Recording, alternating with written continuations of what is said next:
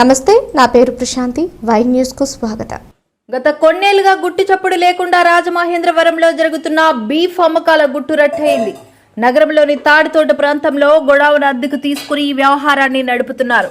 సుమారు సంవత్సర కాలంగా బీఫ్ ఇతర రాష్ట్రాలకు సరఫరా చేస్తున్న అక్రమార్కులపై యానిమల్ రెస్క్యూ ఆపరేషన్ అధికారులు దాడి చేసి పట్టుకున్నారు. దాడిలో సుమారు 2000 కేజీల బీఫ్ మాంసం పట్టుబడగా విక్రయదారుణ్ణి 1వ పట్టణ పోలీసులు అరెస్ట్ చేశారు. పట్టుబడిన బీఫ్ ని విజయవాడ ఫోరెన్సిక్ ల్యాబ్ కి పంపించి నిపుణుల నివేదిక ఆధారంగా విక్రయదారులపై కఠిన చర్యలు తీసుకుంటామని వెటర్నరీ వైద్యుడు తెలిపారు.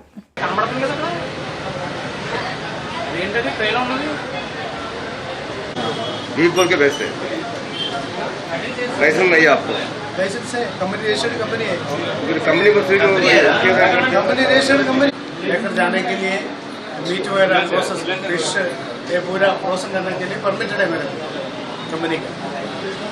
कितने दिन से लेके थे इधर आप? कितने दिन से इधर?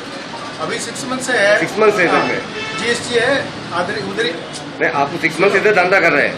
हाँ, 6 मंथ से इधर से लोड जा रहे, 6 बार लोड गया है। నమస్తే అండి, నా పేరు గోపాల్ అండి. నాది యానిమల్ రెస్క్యూ ఆర్గనైజేషన్ కాకినాడ. మాకు వచ్చిన సమాచారం మేరకు చుట్టుపక్కల అనధికారికంగా నిర్వహిస్తున్న అక్రమ కబేళాల నుంచి మాంసాన్ని తీసుకొచ్చి ఇక్కడ ఈ తాడితోటలో ఉన్న ఒక భవనంలో ఇల్లీగల్గా ఫ్రీజర్ చేస్తూ అది ఇతర రాష్ట్రాలకు ఎగుమతి చేయడం అనే ఇన్ఫర్మేషన్ వచ్చింది. దీంతో జిల్లా యంత్రాంగానికి తెలియజేయడం జరిగింది. ఇమీడియట్గా పోలీస్ యంత్రాంగం చాలా స్పీడ్గా స్పందించి రావడం జరిగింది. తీరా లోపలికి వెళ్ళి చూసేసరికి 3 టన్నుల పైన మాంసం, గోమాంసం ఉండడం జరిగింది.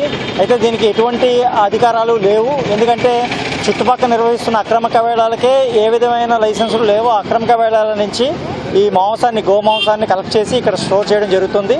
దీనికి కూడా ఎటువంటి అనుమతులు లేవు. అలాగే ఏదైనా మాంసం వ్యాపారం చేయాలంటే భారత ఆహార భద్రతా సంస్థ నుంచి లైసెన్స్ తీసుకుని ఉండాలి, food safety standard authority of India నుంచి. అలాగే ఇక్కడ ఈ బీఫ్ని ద్వారా వచ్చే వాటర్ని, బ్లడ్ని అంతా కూడా సైడ్ కాలువలోకి వదులుతున్నారు. అది కూడా పర్యావరణానికి ముప్పు. ఇటువంటి యాక్టివిటీస్ ఏం చేయాలని ఆంధ్రప్రదేశ్ పొల్యూషన్ కంట్రోల్ బోర్డు వారు అనుమతి తీసుకొని ఉండాలి. నమస్తే అండి. మధ్యాహ్నం పోలీసుల ఇన్ఫర్మేషన్ ప్రకారం తాడితోట వైఎస్ఆర్ బొమ్మ దగ్గర బ్యాంబీ గృహాల పక్కన గోడానికి వచ్చి రైడ్ చేయడం జరిగింది. దరదరగా 2000 కిలోల బీఫ్ ఐడెంటిఫై చేయడం జరిగింది. అంటే ఆవు మాంసం. దాన్ని ప్రిజర్వ్ చేసి పెట్టారు. కిలో ప్యాకెట్లు, 2 కిలోల ప్యాకెట్లు. దాన్ని స్వాధీనం చేసుకున్నాం. ఎంఆర్ఓ గారికి సబ్మిట్ చేసిన తర్వాత మొత్తం మాంసాన్ని స్వాధీనం చేసుకుని డిస్పోజ్ చేస్తామండి. ల్యాబ్ ఫారెన్సిక్ ల్యాబ్కి పంపిస్తామండి. విజయవాడ పంపిస్తారు. మా రిపోర్ట్ వేరేగా ఉంటుంది. ల్యాబ్ రిపోర్ట్ వచ్చాక అప్పుడు దాన్ని నిర్ధారణ చేసుకుని మొత్తం డిస్పోజ్ చేస్తాం. చర్యలు తీసుకుంటాం. ఎవరైతే దొరికారో ఆయనపై చర్యలు తీసుకుంటాం.